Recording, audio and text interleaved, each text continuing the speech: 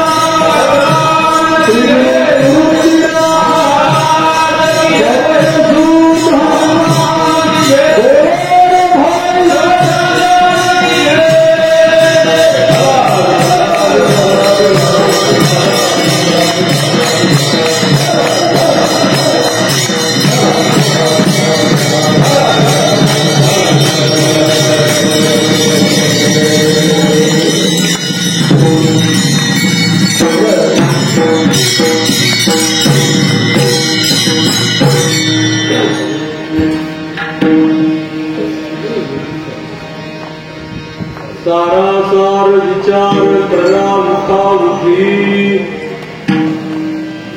नाम धरा कंठी विठोबाचे तयाच्या चिंतने निर्सेला संकट आवाज कधी केला कराल दुर्घट भव सिंधू जन्मोनिया कुळी वाचे स्मरे राम धरी हाची मोहर दिशे तयाच्या चिंतने निर्सेल संकट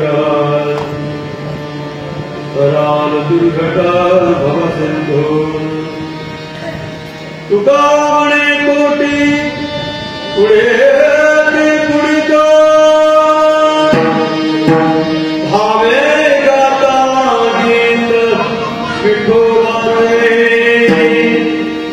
तयाच्या चिंतने निर्सेल संकट कराल दुर्घट भाव सिंधू महायोग पीठे धीरध्यान कुंडलिकाय दासं महेन्द्रहे समागत्य तिष्ठन् समानन्दगन्धं परब्रह्मलिङ्गं तदेवानुरूपम्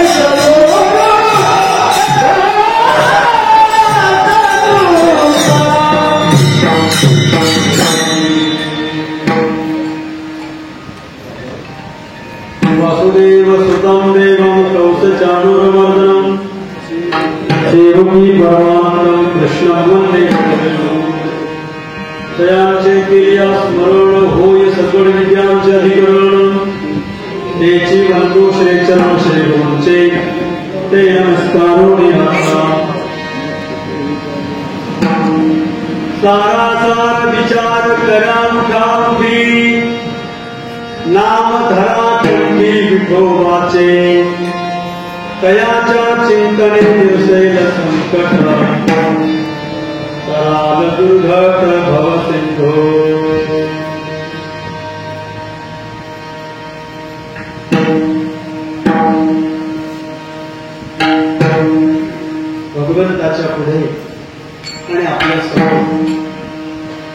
चिंतन सेवेसाठी निवडलेला अभंग जगद्गुरु श्री तुकोबाराय महाराजांच्या अभंग गाथेतील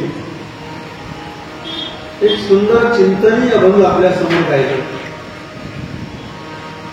या अभंगातून तुकोबाराय आपल्याला सार विचार करायला सांगताय. सार काय आणि असार काय. सार असेल ते ग्रहण करा आणि असार असेल ते टाकून द्या. चिंतनाला स्पर्श करण्यापूर्वी थोडासा परिहार द्यायचा होता. आपल्या या श्री क्षेत्र तेहवाळ गावामध्ये भगवंताच्या कृपेने संतांच्या आशीर्वादाने प्रातस्मरणी वैकुंठवासी श्री गुरु कृष्णाजी माऊली जायखेडा, प्रातस्मरणी वैकुंठवासी श्री गुरु मास्टर बाबा यासारख्या महान संतांच्या कृपा आशीर्वादाने गेल्या अनेक वर्षापासून चालत आलेला ग्रंथराज ज्ञानेश्वरी पारायण सोहळा कीर्तन महोत्सव आणि या वर्षाची आजच्या कीर्तनाची चिंतन सेवा माझ्याकडे आली. सर्वांच्या चरणी विनम्र भावाने नम्र अभिवादन. सुंदर असं अप्रतिम नियोजन आपल्याकडे आहे. भगवान पांडुरंग रायाचं मंदिर आहे. संत शिरोमणी सावता महाराजांचं मंदिर आहे. भगवान गोपाल कृष्णांचं मंदिर आहे. श्री चक्रधर स्वामींचं मंदिर आहे. उपस्थित सर्व भक्तगण, भाविक, भक्तिमती माता, बाल गोपाल, तरुण, आबालवृद्ध, सर्व मृदंग वादक, काळकरी, गुरुजन, विडेकरी, महाराज, पेटी वाजवणारे, चोपदार, सर्वांना नम्र अभिवादन. आपल्या या आजच्या कीर्तन सेवेचं दातृत्व ज्यांच्याकडे आहे, कीर्तन सेवा घेणारे यजमान श्री हरिभक्ती परायण श्री बळीराम भीमराव वाघ यांनाही नमस्कार, धन्यवाद. सकाळचं संत भोजन ज्यांनी दिलं श्री सहादू तानाजी पवार यांनाही धन्यवाद. आणि संध्याकाळचं संत भोजन ज्यांनी दिलं ते श्री संजय पंढरीनाथ अहिरे या तिघही दानशूर दात्यांना मी मनोभावे वंदन करतो. आपलं गाव पुण्यवान आहे. अनेक महापुरुषांची पदकमलं आपल्या गावाला लागलेली आहेत. परिसरातून काही भाविक वर्ग इथे कीर्तन श्रवणा करता आले, त्यांनाही धन्यवाद देतो, नमस्कार करतो. अभंग तुकोबारायांच्या गाथ्यातला आहे. ज्ञानेश्वरी ग्रंथाचं पारायण आपल्या सप्ताहामध्ये आहे. मला नानांनी मगाशी फोटो दाखवला की ज्ञानेश्वरी ग्रंथाच्या पारायणाला अनेक लहान पोरं बसलेली आहेत. शक्यतो असं बऱ्याच गावांना नसतं. 2-4 म्हातारे पारायणाला बसलेले असतात.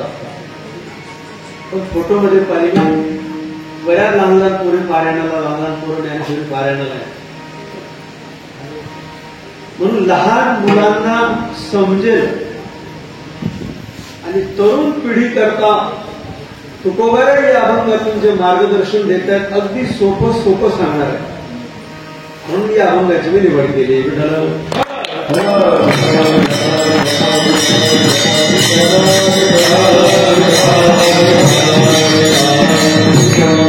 संजय भाऊ धर्मा महाराज, सुभाष महाराज, कृष्णा महाराज, एकनाथ महाराज, शास्त्र भाऊ, आपण सगळे तात्या, बापू,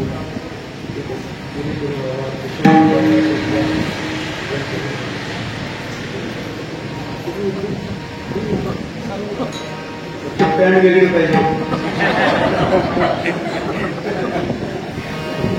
आज सुंदर चाली कुठल्या त्यांनी शेजारला चांगला आवाज चांगला.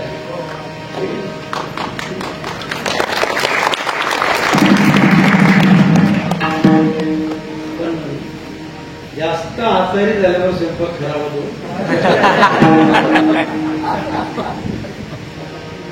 म्हणून जी सासू असेल तिलाच पुढे करा.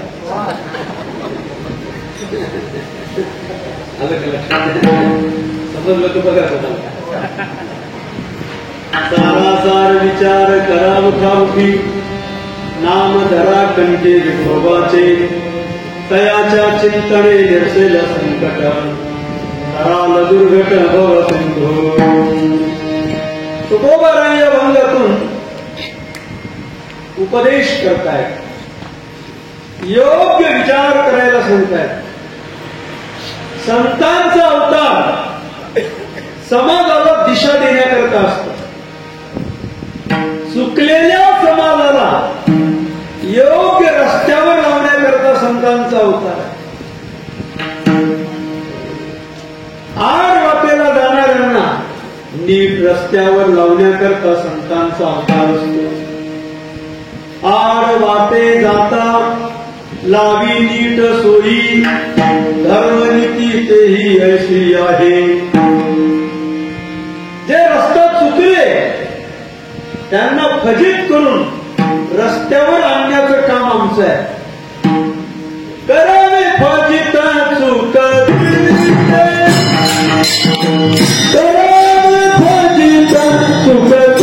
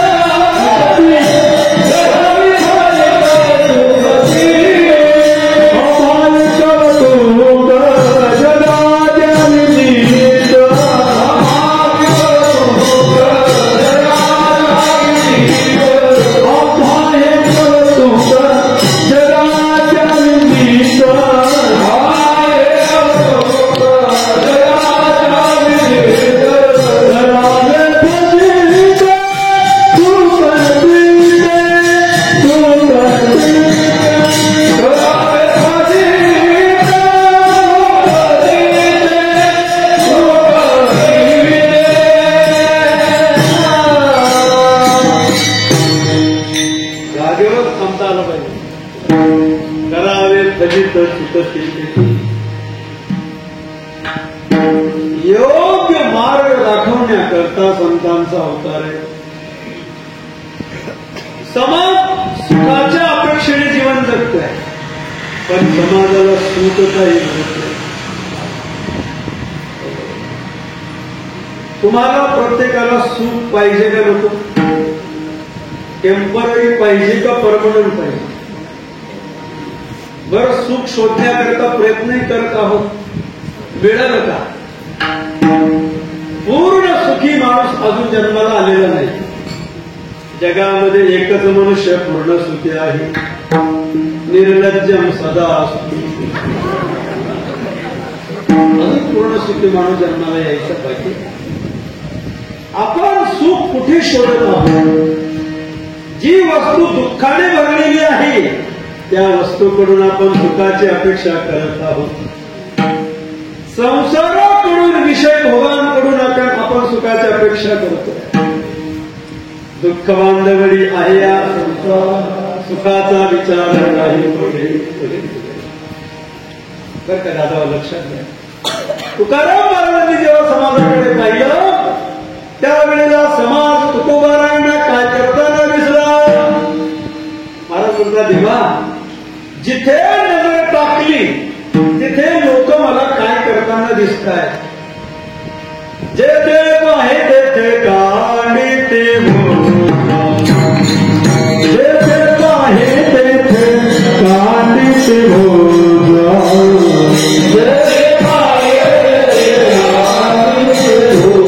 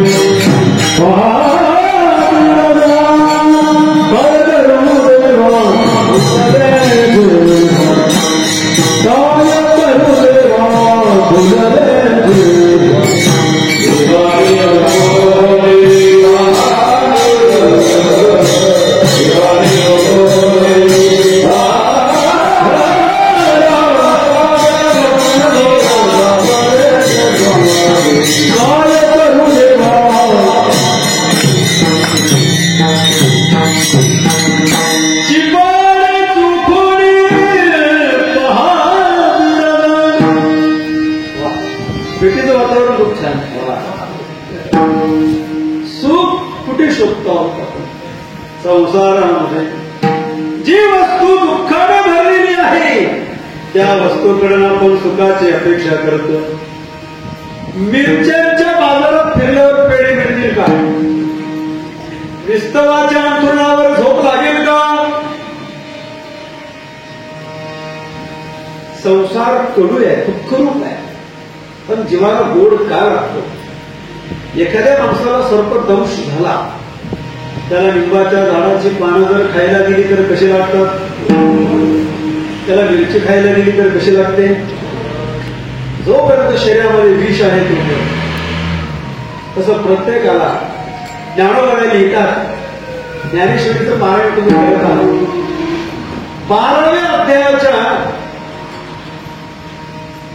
12व्या अध्यायामध्ये ज्ञानेश्वरीतल्या दुसरी क्रमांकाची ओळ, दुसरा क्रमांक ज्ञानोबाई म्हणतात, प्रत्येकाला विषयरूपी सर्पाने चावला. विषय गाळे मिठी जिदरियान या विषयरूपी विषाचं विष, विषयरूपी विषाचं विष, विषयरूपी सर्पाचं विष इतकं जालीम आहे. परमार्थ गोड असताना कडू लागतो आणि संसार कडू असताना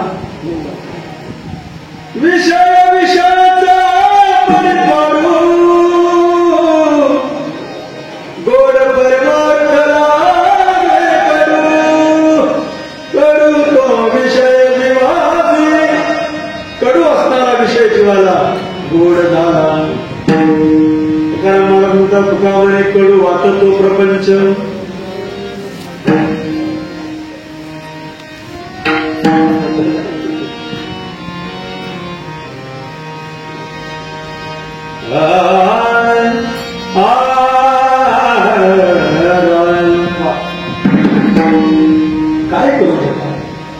काय करू देवा बोलले जीवन, बहुयांची येतच आहे किंवा तुकोबारांना भगवान म्हणाले, महाराज नाराज होऊ नका. समाजाच्या समोर पुन्हा जा, प्रत्येक गावामध्ये जा, चौकात चौकामध्ये जा, लोकांना हात जोडा, विनंती करा, त्यांना नरदेहाचं महत्व पटवा. त्यांना सांगा, बाप हो तुम्हाला सुंदर मनुष्य देह मिळालेला आहे, तुम्हाला नरदेह मिळालेला आहे. नरदेह सहजासहजी मिळत नाही. एक कोणी योनीमध्ये कोटी कोटी फिरल्यानंतर नरदेहाची प्राप्ती होते. सुंदर असा नरदेह तुम्हाला मिळाला आणि नरदेहाबरोबर तुम्हाला विवेक आहे, तुम्हाला बुद्धी आहे, तुम्हाला ज्ञान आहे. म्हणून झोपू नका, उठा, आतल्या अंतःकरणाला विवेकाला जाग करा आणि या संसारामध्ये सार काय आणि असार काय याची बुद्धीने, ज्ञानाने, विवेकाने निवड करा आणि जे असार असेल ते टाकून द्या आणि सार असेल ते ग्रहण करा, असा विचार तुकोबाराय पहिल्या चरणामध्ये मांडतात. सारासार विचार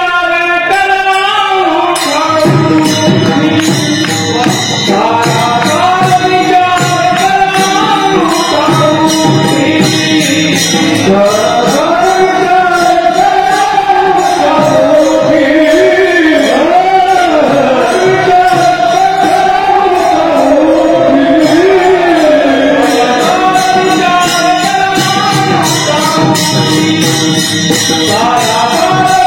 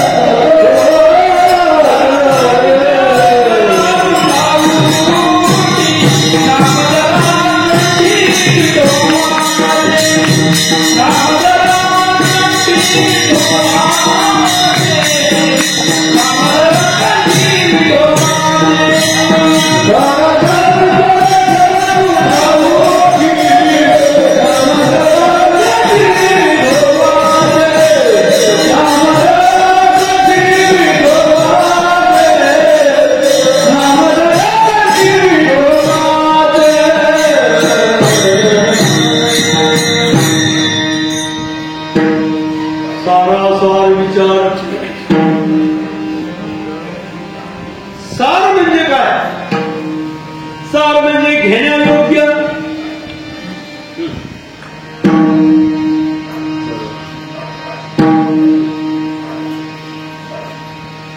सार म्हणजे ते मटकीच्या भाजीवर असतं ते नाही, त्याला तळी म्हणतात, त्याला रसा म्हणतात. अजून काय? ते जर चमचा जास्त खाल्लं ना आपण ले लोटान चल झाले, ते सार नाही. सार म्हणजे ग्राह्य काय? दुधामध्ये एक वस्तू सार आहे. कोणती? कीर्तन झाल्यावर मी तुम्हाला प्रश्न विचारीन, लागोपाठ 3 प्रश्नांची उत्तरं देणाऱ्याला एक एक चांदीचं नाणं. तू लक्ष द्या. काय करेल नाना पोरं हुशार आहे ना तू, आता एकदम लक्ष देतो. दुधामध्ये सार आहे, तूप किंवा लोणी. दुधातलं सार काढून घेतल्यानंतर शिल्लक असतं ताक. ताक असार आहे आणि लोणी सार आहे. सार असलेल्या लोणी देऊ नका लोकांना, पण असार असलेले ताक फुकट द्या. तुकाराम महाराजांनी ज्याच्याकडे ताक होतं, ज्याच्या घरी ताक होतं, त्याला ताक फुकट द्यायला सांगितलं. तुमच्या गावामध्ये ताक फुकट मिळतं का विकत मिळतं? माझ्या गावामध्ये 25 रुपये लिटर आहे. तुमच्याकडे कसं आहे? नाना बादली खंगाय खंगाय, पैसा खंगाय खंगाय. ताकाला ताकाचे पैसे घेणं दोष आहे असं महाराजांचं म्हणणं. ताक असा आहे, नका घालू दूध दयामध्ये सार, ताकाचे उपकार तरी करा.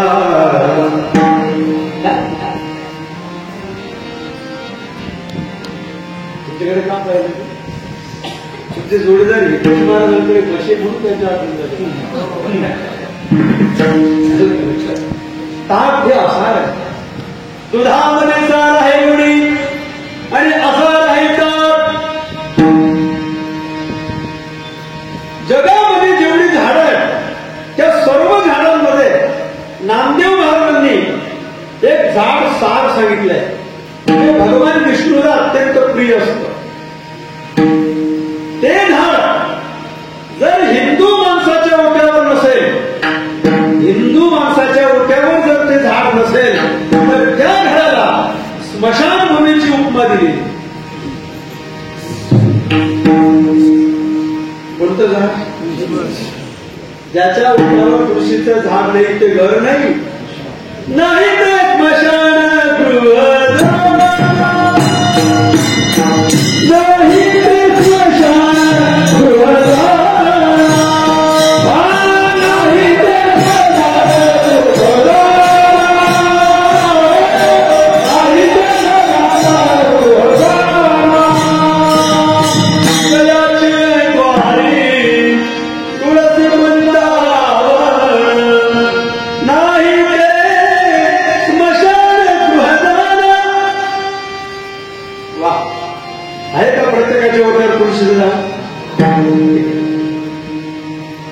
कुमारी मुलीने तुळशीची सेवा केली तर अनुकूल पती मिळतो. सौभाग्यवती स्त्रीने तुळशीची सेवा केली तर नवऱ्याचं आयुष्य वाढतं.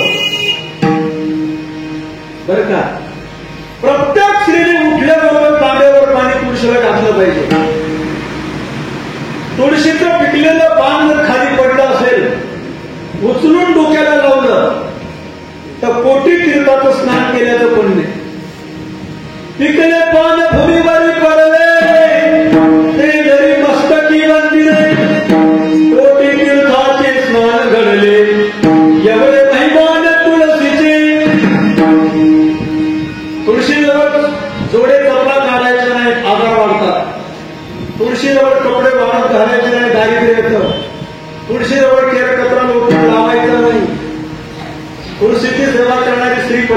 असते, पतीचं आयुष्य वाढतं. तुळशीला पाणी टाकत असताना तुळशीच्या 8 नावांचा उच्चार करा. तुळशीला 8 नाव आहेत. पहिलं नाव आहे तुळशीचं वृंद, वृंद वृंदावनी. पहिलं नाव काय? वृंदा. वृंद वृंदावनी विश्व पूजिता विश्व पावनी, तुलसी कृष्ण जीवनी मंत्र पुष्पसारा तुलसी कृष्ण जीवनी. शास्त्रामध्ये तुळशीला 8 नाव आहेत. तुळशीला पाणी घालत असताना 8 नावांचा उच्चार केला पाहिजे. प्रत्येक स्त्रीने उठल्याबरोबर तांब्यावर पाणी तुळशीला टाकलं पाहिजे. उठल्याबरोबर म्हणजे उठल्याबरोबर नाही, नाही तर उठल्याबरोबर जा तुळशीजवळ, बाबाने सांगितलं म्हणून. स्नान केल्याशिवाय जर तुम्ही अपवित्र अवस्थेमध्ये असाल तर स्नान केल्याशिवाय किचन रूम मध्ये सुद्धा जायचं नाही. बऱ्याच महिला उठल्याबरोबर पोरांचे डबे करायला लागतात, नवऱ्याचा डबा करायला लागतात. तशाच अवस्थेमध्ये खाणाऱ्या माणसाची बुद्धी भ्रष्ट होते. अपवित्र अवस्थेत स्वयंपाक केला तर, विटाळशी अवस्थेमध्ये स्वयंपाक केला तर माणसाची बुद्धी भ्रष्ट होते. शास्त्र शिकलं पाहिजे. ज्ञानेश्वरीचं पारायण तुम्ही करताय. ज्ञानेश्वरीच्या 18व्या अध्यायामध्ये ओवी आलेली आहे. नाना, तुम्ही जेव्हा मला तो फोटो दाखवला ना, माझ्या गावामध्ये अशाच मुली पारायणाला होत्या. तर त्या म्हटलं, बाबा आम्ही नुसत्या ओव्या वाचतोय, पण त्या ओव्याचा अर्थ आम्हाला काहीच कळत नाही. नुसतं बोट फिरवतो, नुसतं वाचतो, पण काही कळत नाही. एक शिकलेली महिला होती. आधी जे वाचतो त्याच्यामध्ये नेमकं काय अर्थ आहे ते आम्हाला समजलं. जर पारायणाला मुली आणि मुलं असतील, यंग जनरेशन असेल, तरुण मुलं असतील, जर आपल्याला त्यांना परिपक्व करायचं असेल तर ज्ञानेश्वरीचं पारायण करता करता जिथे जिथे कमीत कमी सामाजिकता आहे, जिथे जिथे सोशल आहे, हे तरी असं उलगडा करून सांगितलं पाहिजे. आता एक ओवी ज्ञानेश्वरीमध्ये अशी आहे का, दूर व्यवहारे लोटे विटाळशी जैसी. एवढंच सूत्र आहे. 750 वर्षापूर्वी सांगितलंय, विटाळशी श्रेणी 4 दिवस बाजूला राहिलं पाहिजे. कशात आलंय सूत्र? ज्ञानेश्वरीमध्ये 18व्या अध्यायाची ओवी आलेली. कारण ही अर्थ कळल्याशिवाय त्यांना समजणार नाही. महिला वर्ग अंगावर अलंकार घालतात, स्त्रिया अंगावर अलंकार घालतात. सर्व अलंकारांमध्ये सार अलंकार कोणता आहे? सौभाग्यवती स्त्री जर ओळखायची असेल तर 2 खुणा असतात. एक गळ्यामध्ये पतीच्या नावाचं आणि कपाळावर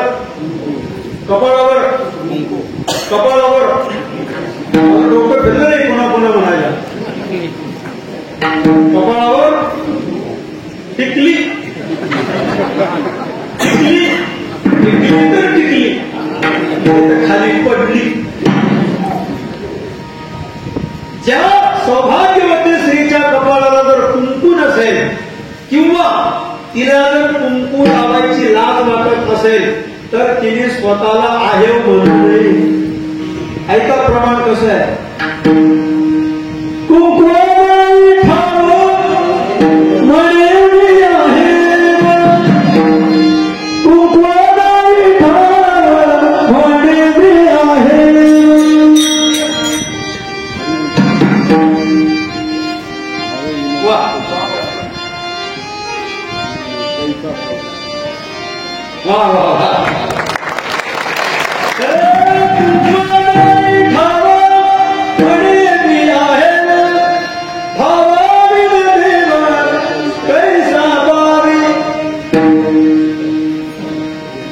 कपाळावर कुंकू पाहिजे, भांगामध्ये कुंकू पाहिजे, कपाळावर कुंकू.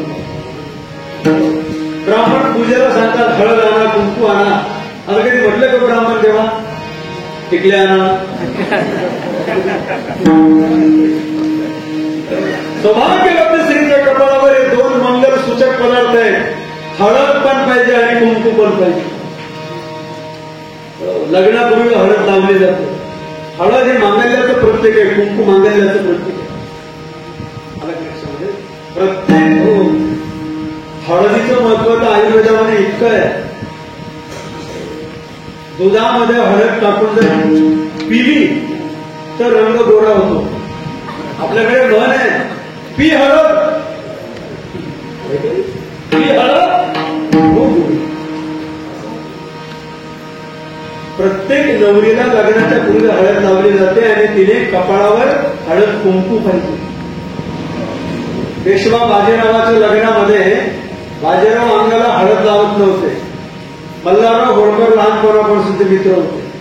मल्हारराव होळकर म्हटले, बाजी अरे हल्दी लगाले. काय म्हणतो? हल्दी लगाले. यही तो एक स्थल है जहां हल्दी पहले लगती है, चोट बाद में होती है. बाकीच्यांना काही समजलं नाही समजलं. घरी जाऊन डोकं खाजून विचार करा. कपाळाला कुंकू पाहिजे.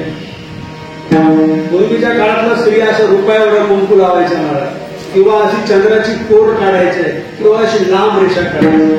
तृतीयेच्या चंद्राची कोर ती नित्य वाढत असते, पतीचं आयुष्य वाढत. कपाळावर कुंकू पाहिजे, कमीत कमी बारीक तरी पाहिजे. पती आपल्या बरोबर पाहिजे. कपाळावर कुंकू असणं म्हणजे पती बरोबर असणं. पण काही काही माणसं घरामध्ये गोदरेजच्या कपाटाला चिकटलेले सापडतात. बघा, समजलं तुम्हाला?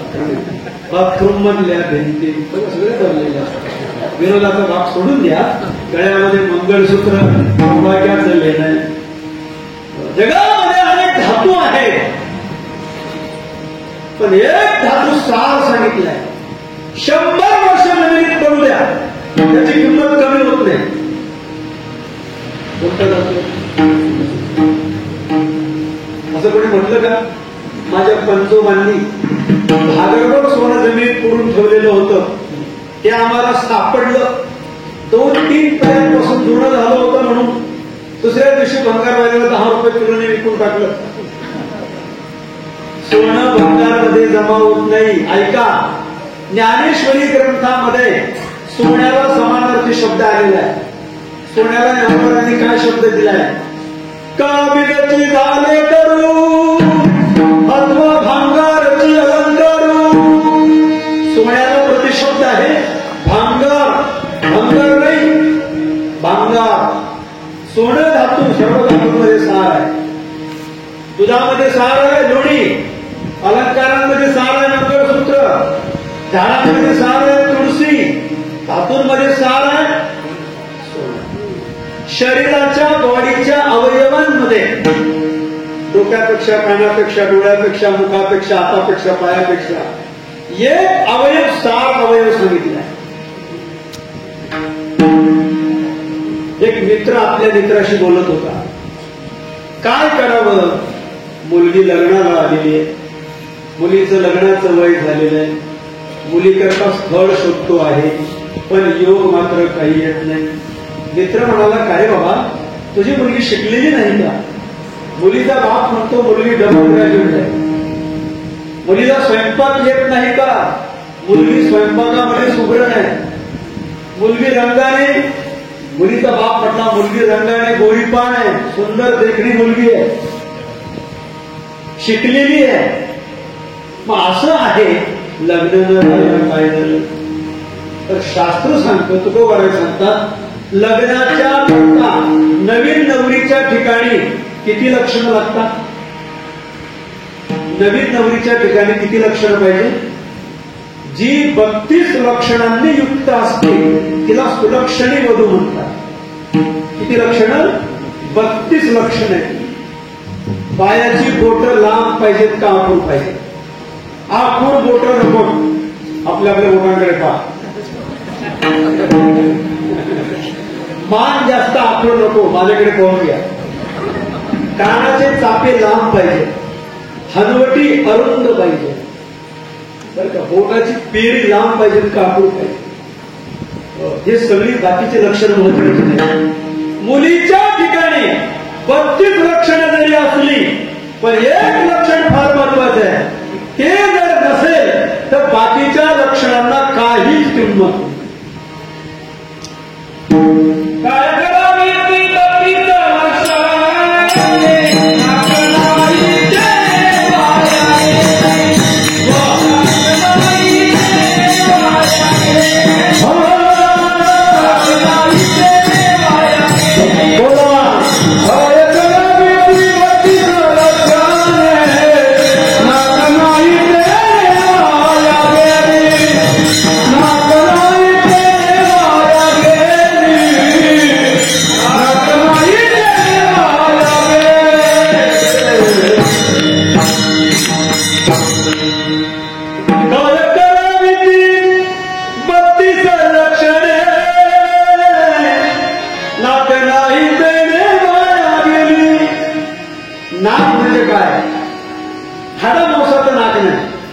शरीरावरचं नाक तिथे अभिप्रेत नाहीये.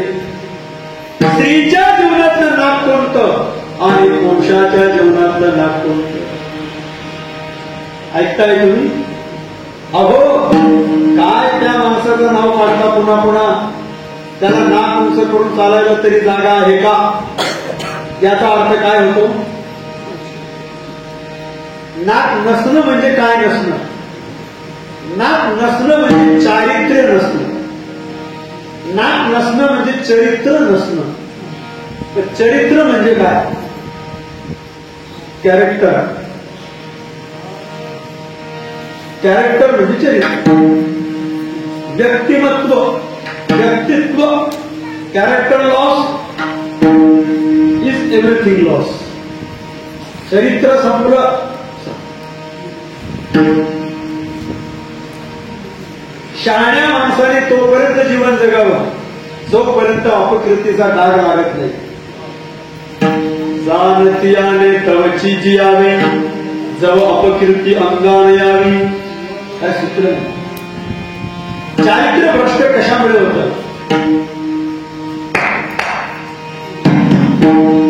प्राध्यापक डॉक्टर शिवाजीराव भोसले, मराठवाडा विद्यापीठाचे माजी कुलगुरू, त्याचं जागर नावाचं पुस्तक आहे. त्या पुस्तकामध्ये उंबरठा नावाचं टायटल आहे. त्याच्या खाली काहीतरी लिहिलंय, लक्षपूर्वक ऐका. उंबरठा काय शब्द आहे? उंबरठा. ऐकताय तुम्ही? भारतीय संस्कृतीमध्ये, आर्य द्रविडांच्या सनातन संस्कृतीमध्ये Indian philosophy is great in the world. जगाला अट्रॅक्शन वाटावी इतकी खानदानी प्युअर संस्कृती आपली आहे. माझ्या बोलण्याकडे तुमचं नीट लक्ष पाहिजे. स्त्रीला उंबरठा ओलांडण्याची परवानगी आपली संस्कृती देत नाही. भ्रमंती स्त्रिया नष्ट, भ्रमण करणारी स्त्रीचं जीवन नष्ट होतं. स्त्रीच्या जीवनामध्ये बालपणापासून मरेपर्यंत आधाराची अपेक्षा असते. कौमारी अवस्थेमध्ये विवाहापूर्वी तिला पित्याचा आश्रय लागतो. विवाहानंतर तिला पतीचा आश्रय लागतो. पतीच्या निधनानंतर तिला मुलांचा आश्रय लागतो. निराधार स्त्री शोभत नाही. पंडिताला आश्रयाची गरज असते राजाच्या, वेलीला मंडपाच्या आश्रयाची गरज असते, तिस स्त्रीला आधाराची गरज असते.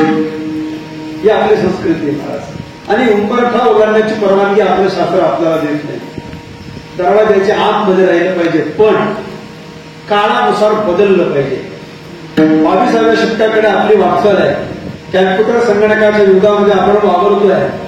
कौटुंबिक व्यवस्थापन करत असताना, फॅमिली मॅनेजमेंट करत असताना, इकॉनॉमिकल मॅनेजमेंट सांभाळत असताना माणसाच्या कमाईने कुटुंब चालत नसेल तर स्त्रीला हातभार लावता आला पाहिजे.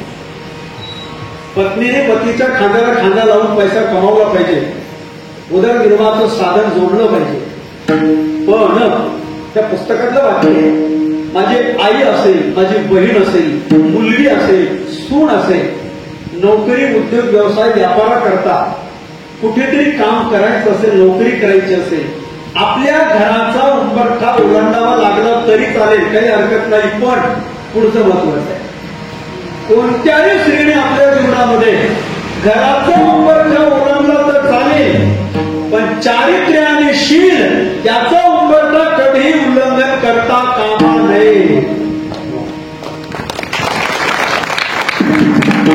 बऱ्याच तुषारा टूप पेटले तुमचे, फार सांभाळलं पाहिजे. उंबरठा चारित्र्य शील सांभाळलं पाहिजे. नाक शब्दाचा अर्थ तो आहे. जगामध्ये अनेक ग्रंथ आहेत. सर्व ग्रंथांमध्ये सार ग्रंथ कोणता आहे? माणसांना विचारतो पहिल्यांदा, इस्लाम धर्मातल्या लोकांचा पवित्र ग्रंथ कोणता आहे? ख्रिश्चन धर्मीय लोकांचा पवित्र ग्रंथ कोणता आहे? आणि माझा या कोरींना प्रश्न आहे तुमच्यापैकी, आपल्या हिंदू धर्माचा पवित्र ग्रंथ कोणता आहे?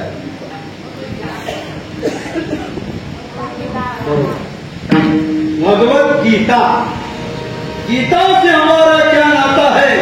गीता हमारी, सगळ्यांनी म्हणा, गीता से हमारा क्या नाता है?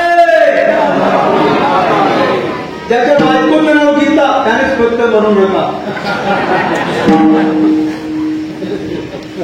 स्वामी विवेकानंद म्हणतात, Gita is our mother. Gita ही आमची माय आहे. प्रत्येक हिंदू माणसाच्या घरामध्ये गीता पाहिजे. गीता नावाची मुलगी नाही, गीता नावाचा ग्रंथ पाहिजे. गीता नावाचा ग्रंथ काय शिकवतो? जीवन जगणं शिकवतो, राजकारण शिकवतो. काय महाराज, गीतेने जगाला धर्म शिकवलाय. कोणता धर्म शिकवलाय? जे धर्म आपल्या डोक्यामध्ये ते धर्म गीतेने शिकवले. आपल्या डोक्यामध्ये कोणते धर्म? हिंदू, मुसलमान, पारसी, ख्रिश्चन.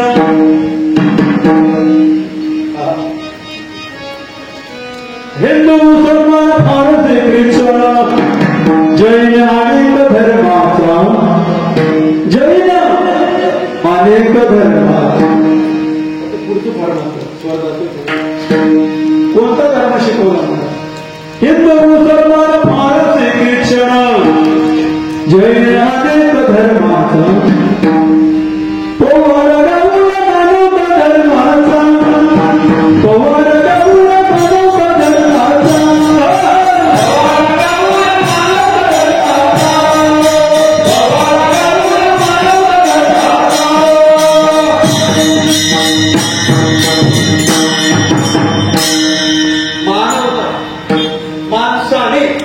माणसाशी माणसासारखं वागणं याला म्हणतात माणुसकी.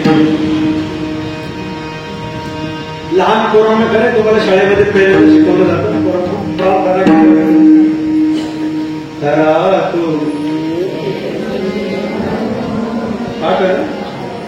खरा तू एकाची धर्म जगाला प्रेम पावे, जगाला प्रेम पावे, जगाला प्रेम पावे.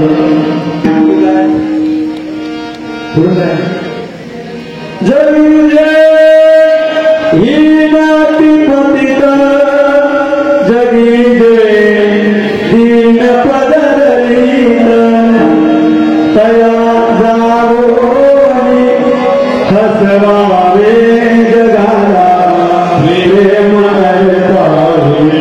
खरा तो एकची धर्म, जगाला प्रेम पावे.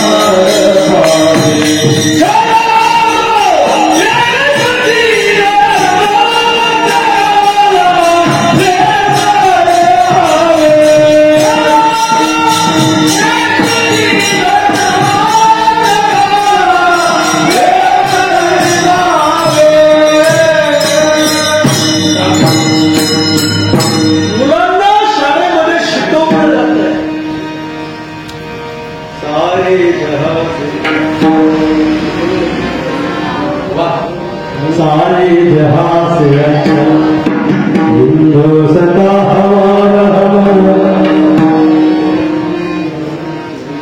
अजून मुलांकडून म्हटलं म्हणून घेतलं जातं. 15 ऑगस्टसाठी जानेवारी आली शिक्षक लोक पोरांना गाणी म्हणायला असतात. हम हिंद देश के निवासी,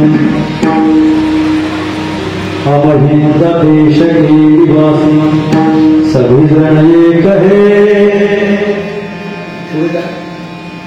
रंग रूप वेश भाषा चाहे अनेक है. तुमची प्रतिज्ञा कशी असणार बाळा?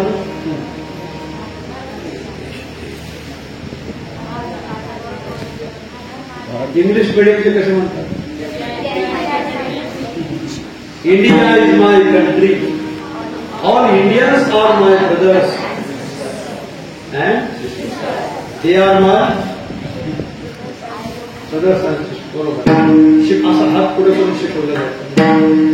जगामध्ये भारतामध्ये प्रतिज्ञा शिकवली जाते, प्रार्थना शिकवली जाते, पण ही प्रॅक्टिकल मध्ये आली का? मला माझा मुद्दा असा, 5000 वर्ष झाली गीतेला. तुकडोजी महाराज म्हणतात अजून गीता बऱ्याच लोकांना कळली नाही. कळली का? कळली का कोणाला गीता? कळली का कोणाला गीता?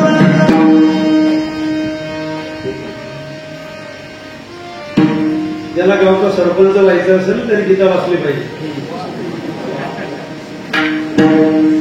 गीता वाचणारा माणूस राजकारणात आला तर 1 रुपयाचा सुद्धा भ्रष्टाचार करत नाही.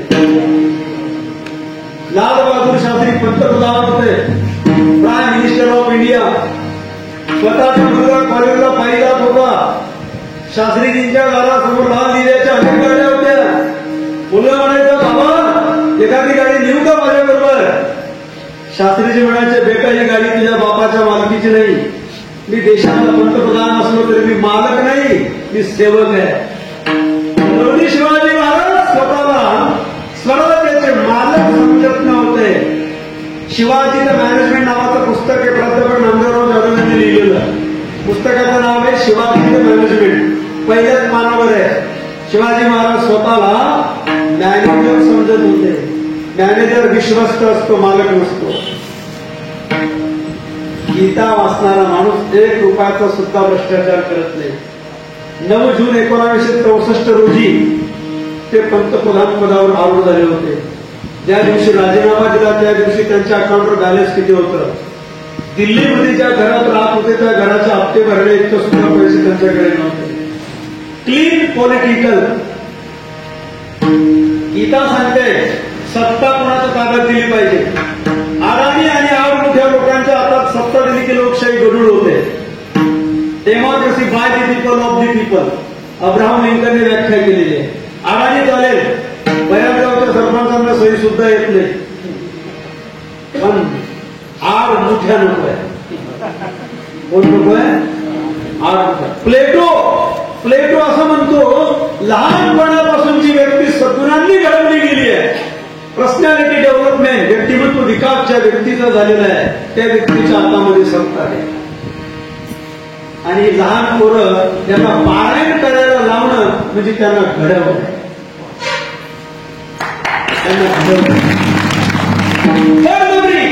प्रत्येक घरातल्या मायबापांनी मुलांना पारायणाला पाठवलं पाहिजे. पाठवलंच पाहिजे. करणार नाही, समजणार नाही एखादी ओवी तरी, पण हळूहळू संस्कार तर लागतो. अजून पुढे सांगेल याच्याबद्दल.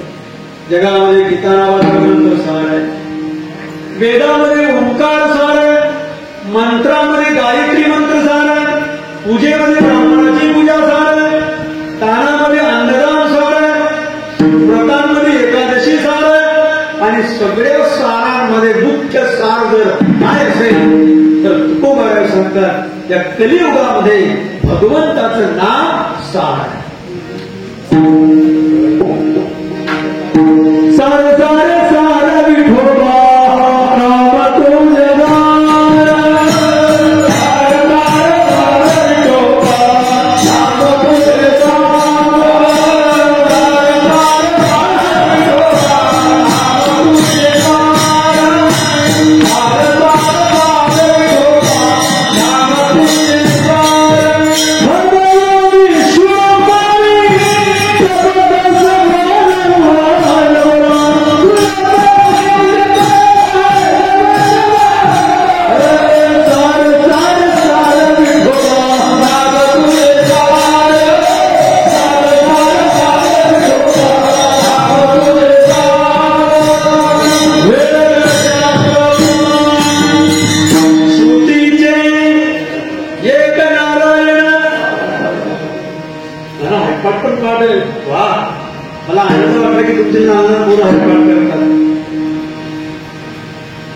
संस्कारक्षम वयामध्ये डोंगरीजी महाराज भागवतामध्ये असं म्हणतात ना, लहानपणी मुलांवर संस्कार देण्याच्या बाबतीमध्ये जे मायबाप कंटाळा करतात, टाळाटाळ करतात, दिरंगाई करतात, ते मुलांचे मायबाप नसून त्यांना शत्रू समजलं पाहिजे. त्यांना शत्रू समजलं पाहिजे. फार गरज आहे. यांना नाही समजलं तरी चालेल, पण यांची फार गरज आहे. तुम्ही म्हातारे लोक काय कामाचे राहता? 50, 55, 60च्या पुढे गेलेले तुम्ही काय करू शकता? काय होईल तुमच्याकडून? तुम्ही फक्त मार्गदर्शन करू शकता, सल्ला देऊ शकता. पण हे पोरं उद्याचं भविष्य आहे, उद्याचे नागरिक आहे. यांच्यातला एखादा पुढे जर राजकारणात गेला ना, 1 रुपयाचा सुद्धा भ्रष्टाचार करणार नाही. कारण लहानपणातून संस्कार दिले तर. पण संस्कार नुसते टिकाऊ नको, टिकाऊ पाहिजे. त्यांना थोडं तपासलं पाहिजे. अपर्णाताई रामतीर्थकर म्हणायच्या, मुलांच्या अभ्यासाच्या खोलीमध्ये बापाने चांगली पुस्तकं पोहोचवली पाहिजे, त्यांना वाचायला भाग पाडलं पाहिजे. वाचल्याशिवाय ज्ञान वाढत नाही. वाचाल तर भगवंताचं नाम सार सार सार सार विठोबा नाम तुझे सार. मग जगामध्ये असार काय? तुकोबाराय सांगतात नामच फक्त सार आहे. मग असार काय? तुकोबाराय सांगतात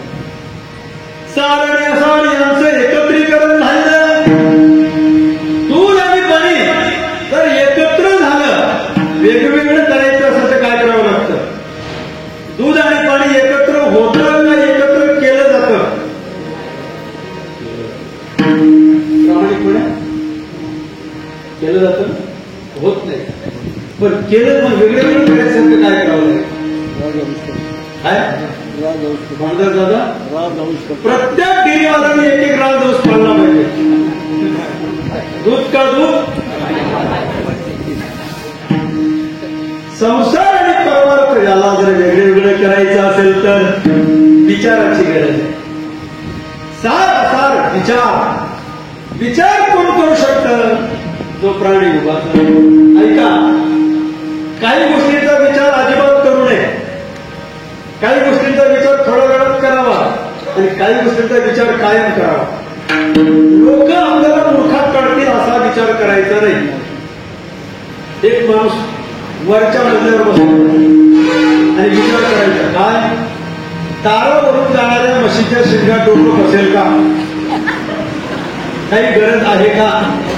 6 महिने विचार केला, माझं डोकं म्हशीच्या शिंगात बसेल का? एक दिवस प्रॅक्टिकलच करून पाहिजे. आता ती जात कुठली? आडाव जात, 1 नंबर. तिच्या पाठीवर बसून पहा, ज्या बाजूने काट्या कुट्या जास्त असतात त्या बाजूला जाते. लहान पोरं धावले, बाजूला काढलं, डोकं रक्त भंपाळ झालं. असा पोरगा लहान 11-12 वर्षाचा तो गेला, तो म्हटला का हो आजोबा तुम्ही म्हशीच्या शिंगामध्ये उडी मारली, काही विचारही केला नाही? तो म्हटला माझ्या हा विचार एका दिवसाला नाही, 6 महिने विचार करण्यात आलो नाही. हो पण तुमचं डोकं फुटलं ना, तुम्हाला सिर फुटा.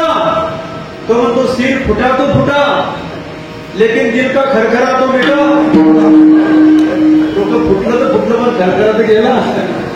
मला सगळ्यात 6 महिने विचार करण्यात हरवले, पण पदरात काय पडलं? फजिती. विचार करण्यामध्ये वेळ घालून जर आपली फजिती होत असेल, अशा प्रकारचा विचार करायचा नाही. कोणत्या गोष्टींचा विचार ठेवू नये, अगदी थोड्या वेळात करायचा. मोजा, सगळ्यांनी मोजा लहान पोरांनी. काही गोष्टींचा विचार अगदी थोड्या वेळात करायचा. मी सूत्र सांगतो, मोजावर कोणाच्या लक्षात राहतात. अन्न, वस्त्र, निवारा, आरोग्य, शिक्षण, संस्कार, प्रकृती, संतती, संपत्ती, संगती. बरोबर? तुम्हाला जीवनमूल्यांचं असतं ना शाळेमध्ये, जीवनमूल्य धर्मनिरपेक्षता वगैरे. पहिलं सूत्र आहे अन्न. हिंदू धर्मातल्या माणसाने काय खावं आणि काय खाऊ नये हे 5000 वर्षापूर्वी गीतेने शिकवलं. सात्विक अन्न खावं हिंदू माणसाने. अन्नाचा संबंध पोटाशी नसतो, मनाशी पण असतो. जैसे खाले अन्न तैसे होय. कुत्र्यासारखे सुळे दात ज्याला असतात आणि तो जिभेने पाणी पितो त्यालाच फक्त मांस खाण्याचा अधिकार आहे. हिंदू धर्मातल्या माणसाला मांस खाण्याचा अधिकार शास्त्राने दिलेला. मांस खाणाऱ्या माणसाच्या अंतःकरणामध्ये दया नावाचा गुण अजिबात नसतो. वाश्विक कृत्याला लाजवेल इतकी निकृष्ट कृती मांस खाणारा माणूस करू शकतो. जिभेचे लाड पुरवण्याकरता ज्या जनावरांचं मांस तुम्ही खातात त्याच्या अंगावर जेवढे रोम असतात, रोम तेवढे कोट्यावधी वर्ष नरकात पडावं लागतं. गोबाबा सांगतात मांस खाताना हौस वाटते, पण ज्याचं मांस खातात तो तुमचा पुढच्या जन्मात बदला घेतल्याशिवाय. मांस खात हंस करी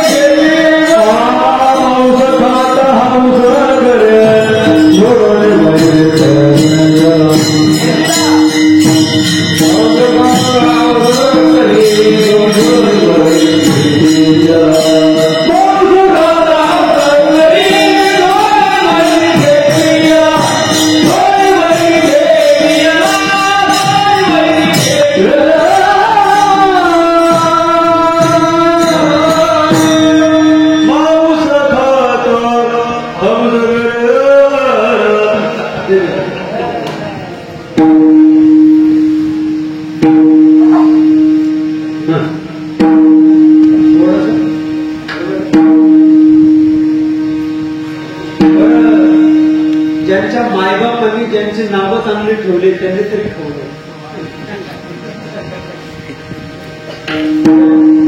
जे विकतात ना मांस, त्यांच्याकडे जो उधारीचा कागद असतो ना त्याच्यावर काय लिहिलं असतं माहिती का? नामदेव 2 किलो, तुकाराम 1 किलो, श्रीराम अर्धा किलो, नारायण पावशेर. अशी तुमची नावं तुमच्या मायबापांनी पवित्र ठेवली आणि त्या खाटक्याच्या उधारीच्या पानावर तुमची नावं असतात, तेवढी मोठी लाज वाटणारी गोष्ट आहे. तेवढी मोठी लाज वाटणारी गोष्ट हिंदू लोकांकडे. ज्यांचं नाव काहीतरी दगडू धोनू पत्रे चिमाची गोमाची कापसे त्यांचं नाव ठीक आहे, पण ज्याचे ज्ञानेश्वर नाव आहे, ज्याचं नाव नामदेव तुकाराम अशी पवित्र नावं ज्याची आहेत, त्याचे नाव कुठे येतात? पण चांगले चांगले सुशिक्षित तिथे नंबर लावतो डबा घेऊन, शिकलेली चांगल्या चांगल्या सुंदर देखण्या स्त्रिया तिथे नंबर लावतो धान्याने खाण्याकरता. वाईट वाटतं फार आपल्या धर्मातल्या लोकांना.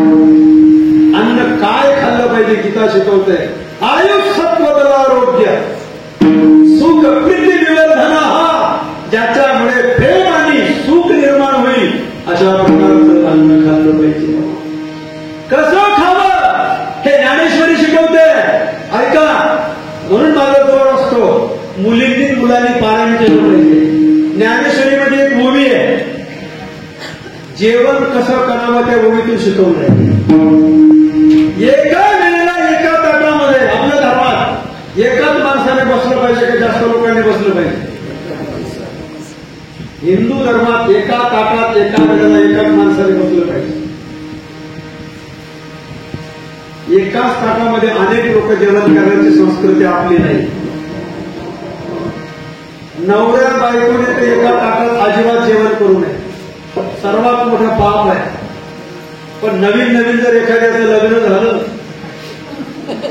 जास्त प्रेम उतू गेलं, ते ज्ञानेश्वरी 750 वर्षापूर्वी शिकवलं. काय उभी कधी गेली का तुमच्या वाचनात? 16व्या अध्यायामध्ये उभी गेली ज्ञानेश्वरीची. जो माणूस बायको बरोबर एका ताटात जेवतो त्याला पुढच्या जन्मात काय करतो ओवी सांगतो बघा. घरी गेल्यावर पाण्याने तेही बाळाचे हातवरी चिवडीले जैसे राडी करी, काळ नारी सळे बैसोले ही उभी आहे. बायको बरोबर एका ताटात जेवण काय पुढच्या जन्मात आसूर करतो. तानहं द्विशतक क्रूरम, त्याला क्रूर युरीमध्ये पाठवतो. म्हणून ज्ञानेश्वरीमध्ये जेवण कसं करावं ते सुद्धा शिकवलं. पुढचं सूत्र काय सांगितलं? अन्न काय खावं गीता शिकवते आणि कसं खावं ज्ञानेश्वरी शिकवते. पुढचं सूत्र काय? वस्त्र. वस्त्र म्हणजे काय? कपडे. अंगावर कपडे कसे घातले पाहिजेत हे सुद्धा ज्ञानेश्वरी शिकवते. हे सुद्धा ज्ञानेश्वरी शिकवते. स्त्रियांनी अंगावर कपडे कसे घातले पाहिजे हे 750 वर्षापूर्वी ज्ञानेश्वरी लिहिलं गेलं.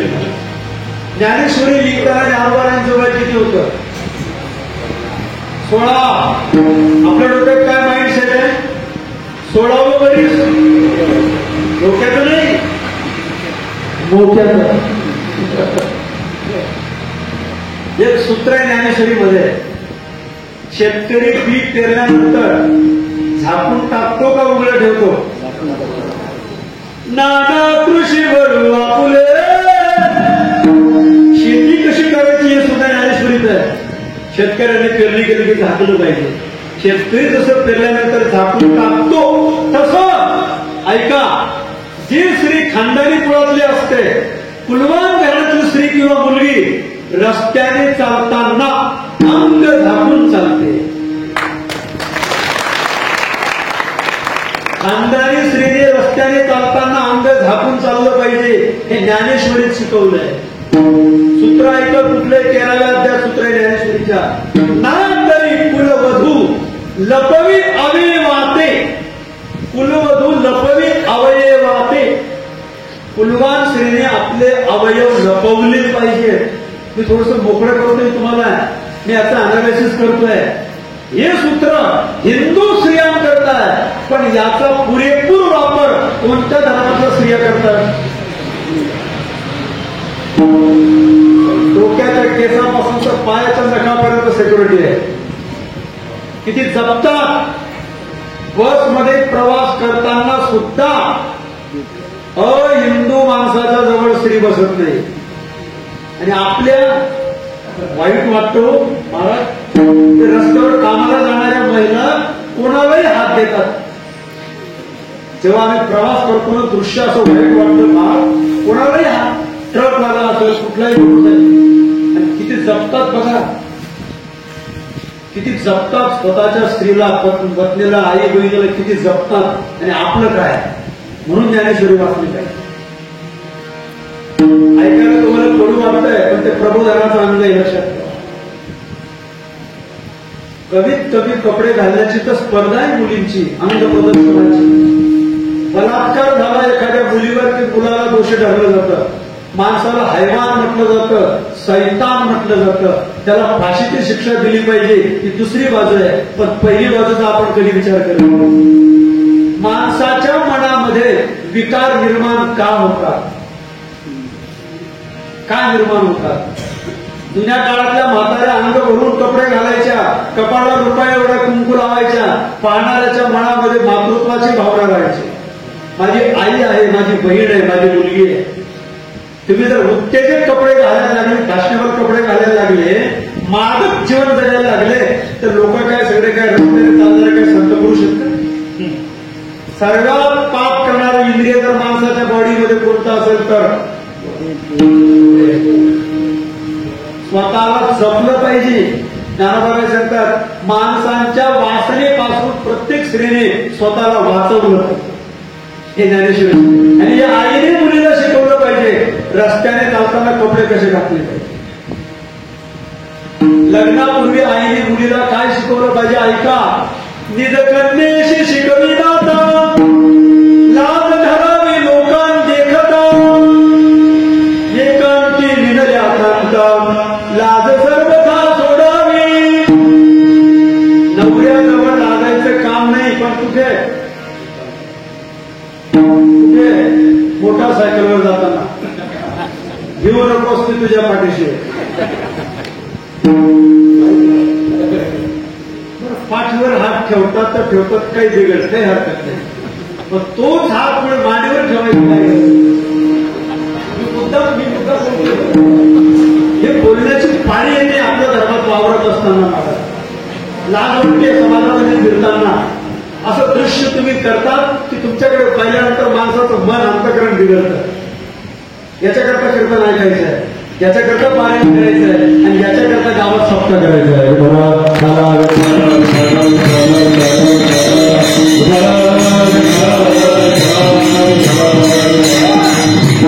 सगळ्या प्रश्नांची उत्तरं वारकरी कीर्तनात असतात.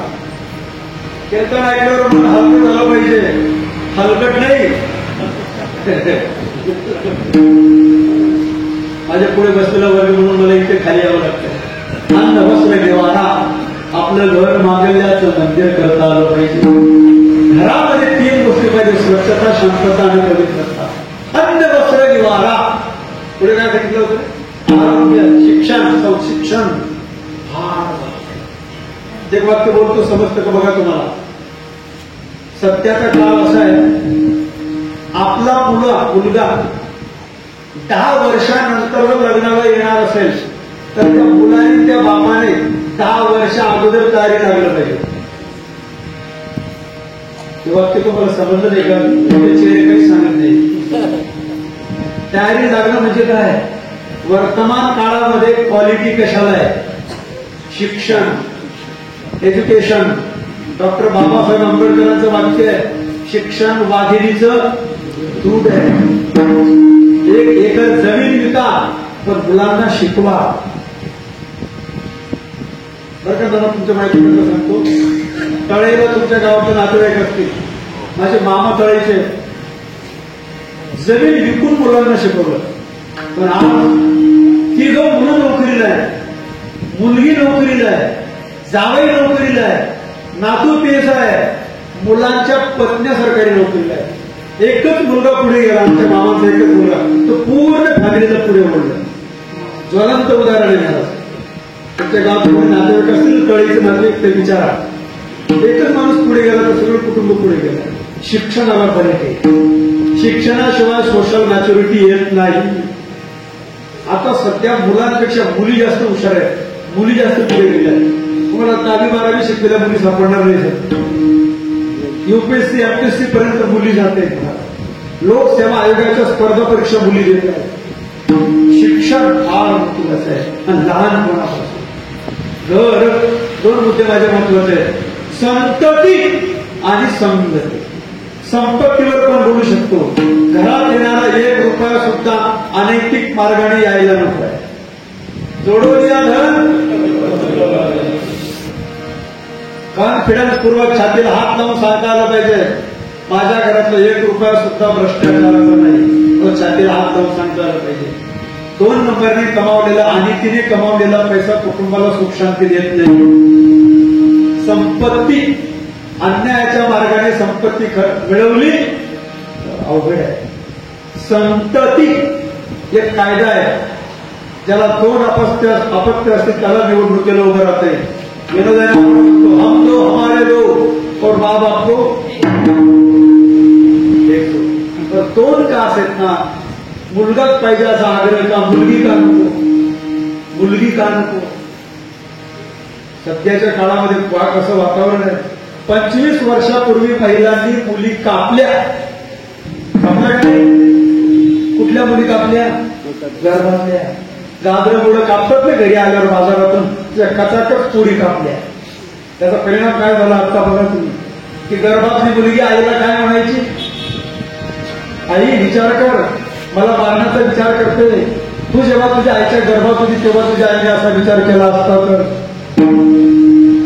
नको मारू आई मला, आई मला मारू नको, नको मारू आई मला, जन्म हा घेऊ दे, नको मारू आई मला, जन्म हा घेऊ. तुकाराम महाराजांनी मुलांना प्राधान्य दिलं नाही, मुलीला प्राधान्य दिलंय. कुणी ऐका, ज्या दिवशी बापाच्या पोटी मुलगी जन्माला आली त्या दिवशी बाप 50% भाग्यवान होतो. मला एका ब्राह्मणाने विचारलं होतं, तुम्हाला मुलं किती? म्हटलं 3. किती? प्रत्येक हिंदूला 3 मुलं पाहिजे का? मला 3 आहेत म्हणून 3 पाहिजे. वोटिंग बढ़ाव, वोटिंग घटाव नाही, वोटिंग बढ़ाव. पुढे अगोदर होईल तुमचं. ज्या दिवशी मुलगी जन्माला येते त्या दिवशी बाप 50% भाग्यवान होतो. आणि ज्या दिवशी मुलीचा बाप 100% भाग्यवान कधी होतो? मला बसणाऱ्या कोणी सांगेल का? हा केला बापू?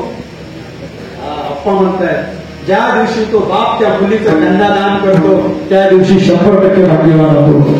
कारण त्या दिवशी बापाला पृथ्वी दान केलं तर पुण्य मिळतं. मला तुकोबारांनी म्हटलंय का त्यामध्ये, सार्वत्रिक कन्यादान पृथ्वी दानाच्या समान. आणि जशी जशी मुलगी वाढते ना तशी तशी बापाला चिंता, हृदयाचे ठोके वाढतात. पण जातीवंत खाणारी मुलगी आपल्या बापाला कन्यादान करण्याची संधी देते. आणि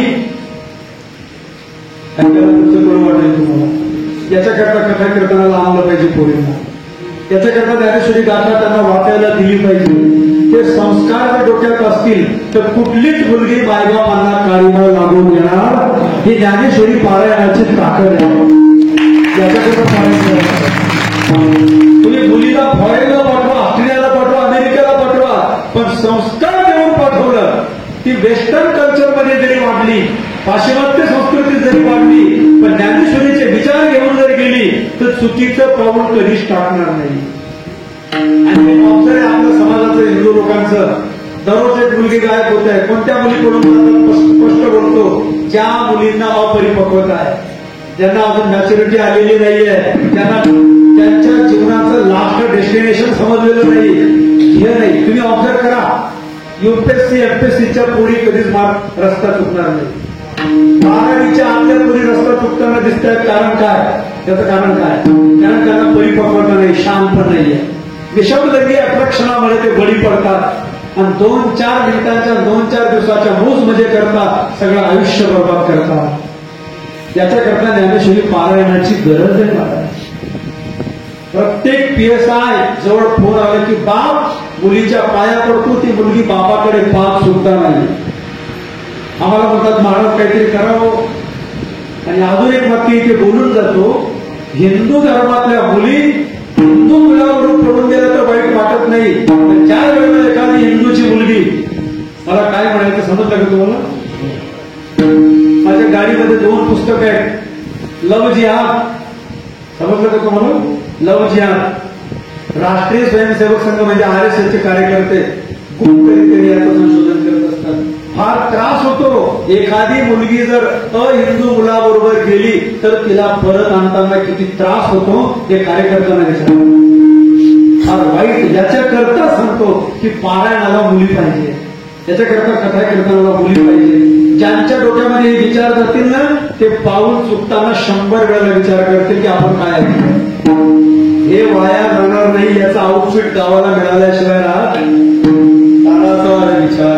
संगती कोणाची करायची? शिवाजीराव भोसले बोलतात, तुमची संगत मला दाखवा, तुमचं भविष्य सांगतो. Show me your company, I tell you your future.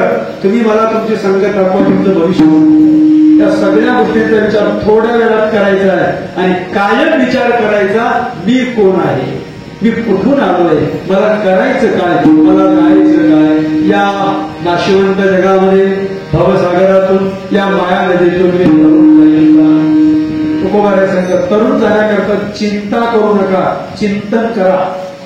तुमचे चेहरे मला असं सांगतात की वेळ संपली. तुम्ही 9:10 कीर्तन सुरू केलंय. किती वाजून? 9:10 तुम्ही कीर्तन सुरू केलं. मी बोलायला सुरुवात केली 9:35. कीर्तनाच्या वेळेला पण गैरसमज. त्या वक्त्याकडे भांडवल जास्त असताना त्याला संधी दिली पाहिजे.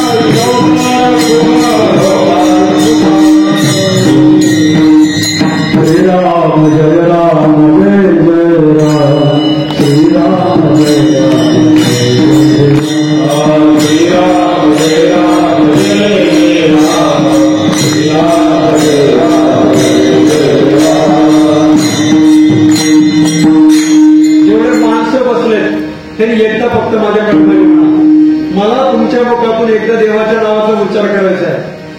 पहिल्यांदा सगळ्या माणसांनी म्हणा, लाजून न लाजता, श्रीराम जय राम जय जय राम, श्रीराम जय राम.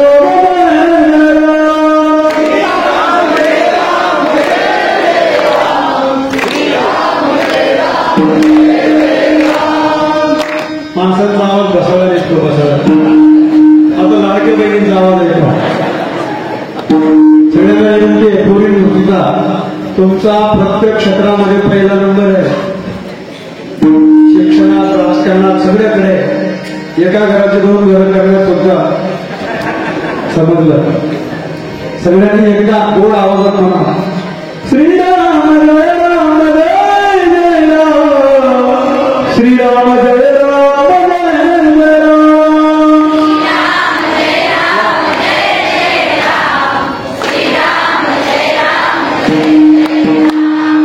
तुमचा आवाज गोड काय माहितीये का? तुम्ही कधीच पुढे पेट नाही म्हणून तुमचा आवाज गोड आहे. माझी वेळ संपली. माझा अजून 75% चिंतन बाकी होतं. फक्त अभंगाच्या 2च शब्दांवर मी बोललो. दयाच्या चिंतने केलं संकट